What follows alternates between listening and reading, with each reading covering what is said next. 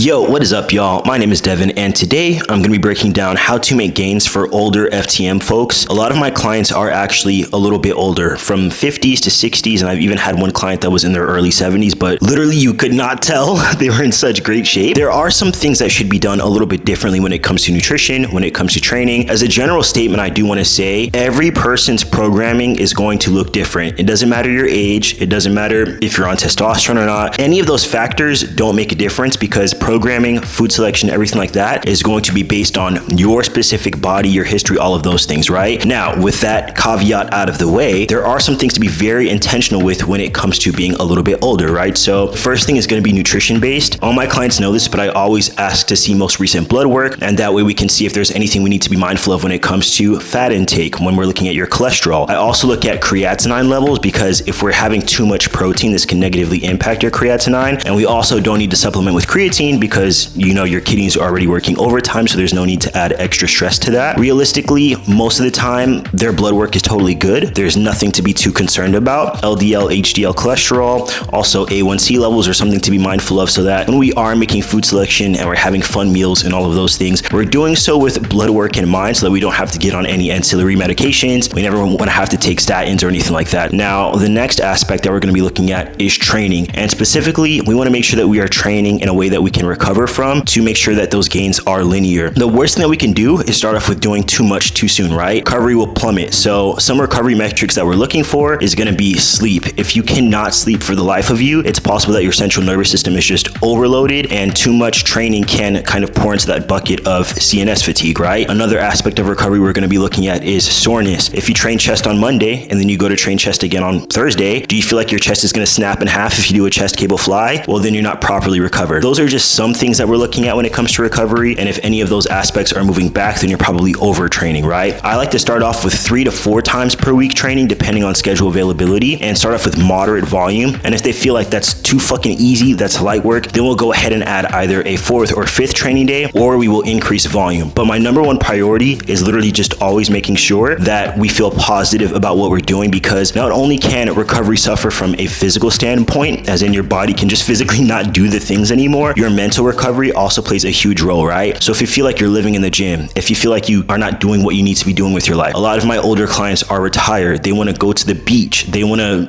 visit their grandkids. They want to have a life outside of the gym. So these are things that we have to make sure they have energy for, both cognitively speaking and physically speaking. With moderate cardio, don't OD the cardio. And then also volume shouldn't be anything insane. So I would never go past, for example, 15 reps for some movements. And I would also not do powerlifting style of training unless you're working with a powerlifting coach. Actually, when I am working with older people, I find that we really want to focus on functionality. We'll be doing a lot of free weight movements such as landmine presses, such as Turkish get-ups, such as deadlifts, right? We don't want so much stability from machines because we're also looking at how can this specific exercise have carryover into real life, right? When your body is functionally trained, you're able to recover from things in a better manner than if you're only working within strict plane of motions. So for example, if you're able to do a Turkish get-up, well, dude, you can get up.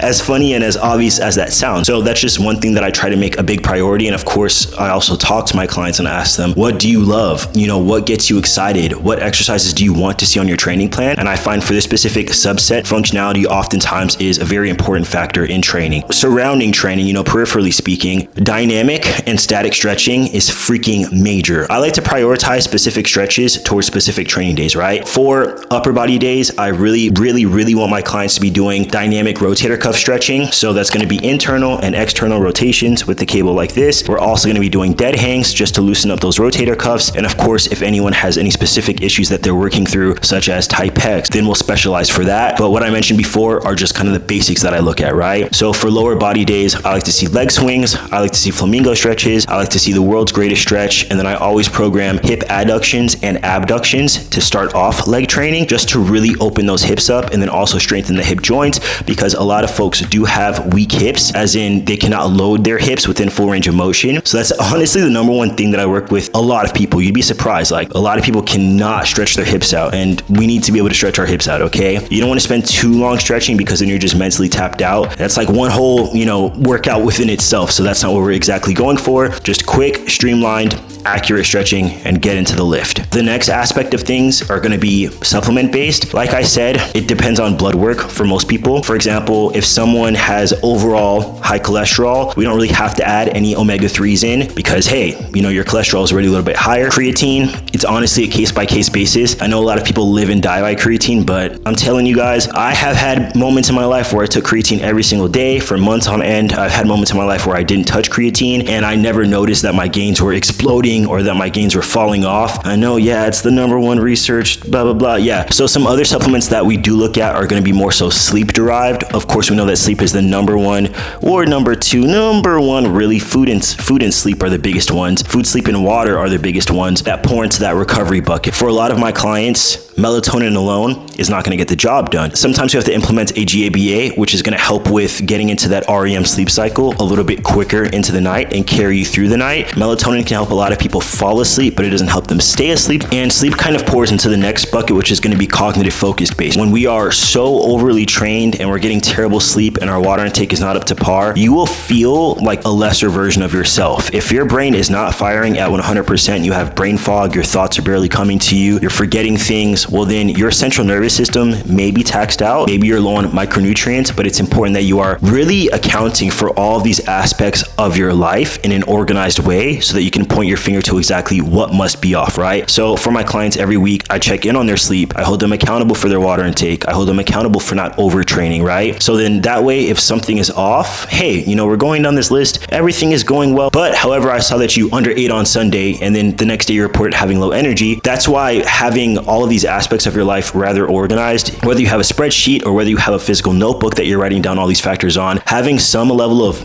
A, accountability, and B, data is going to help you adjust. So that way, if you do start to feel off, you can most of the time target exactly what is going wrong and just simply adjust. So that is the video, y'all. Hopefully did find it somewhat helpful. If you are interested in coaching, go ahead and email me. It's devindoescoaching@gmail.com, but you can also check out my website, which is going to be linked down below. And on that website link, you will also find tons of free guides. And when I say tons, I mean 4. You can find my grocery shopping guide, my supplement and vitamin guide, my mass gaining guide, and also my testosterone blood work guide, custom meal plan, custom training plan. All that good stuff is going to be in my website link down below. And like I always say, Devin loves you, Devin's a Don, and Devin is out of here, boy.